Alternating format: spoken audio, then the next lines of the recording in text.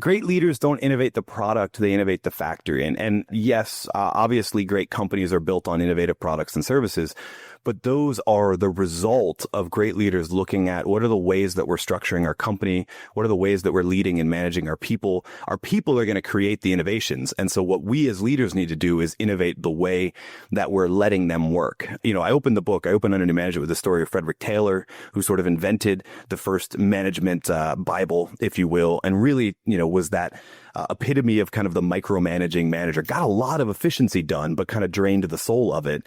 And ever since then, the great leaders have been finding ways to reinvent sort of his work for their specific company. And as we get to doing more creativity and innovative work, we need more and more people looking at what works and what doesn't work from management literature and being willing to innovate their practices so that their people can be innovative. Okay, how do I innovate the factory? How do I know which one to tackle? I think leaders should be, especially for large organizations and big bureaucratic organizations, but also entrepreneurs who are kind of using their old companies as a model for how to run their new company, should be in the business of elimination. In other words, like the number one piece of advice I give to leaders and to managers is figure out what are the things that are blocking your people from doing their best work. It might be the vacation policy. It might be email. It might actually be the secrecy culture, whatever it is, and eliminate that. And so that's one of the reasons I say that not all of it works for everybody, because some companies didn't need to eliminate it in the first place. But that's really what I think leaders should be about, is what's keeping my people from doing their best work, and then how do I eliminate it or negate it?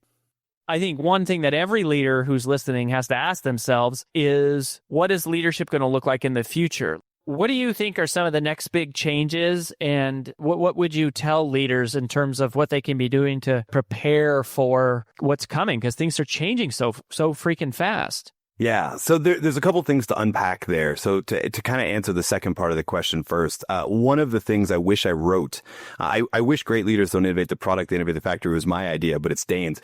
But one of the things I wish I'd thought of before the book was published is, someone said it to me this way, that the future is already here. It's just not evenly dispersed. And that's really what a lot of these practices are. They are glimpses at, this is where the future of work is headed, because it's being demonstrated by those companies. And so take a look at them, and you might want to sort of turn your nose and go, that would never work here. Well, it might, but no one may end up working here if we don't make some of these changes.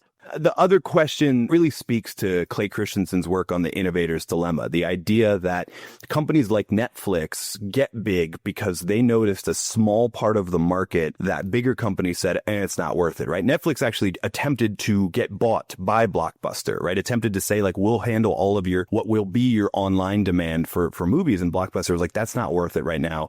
We're making way too much money in these retail stores.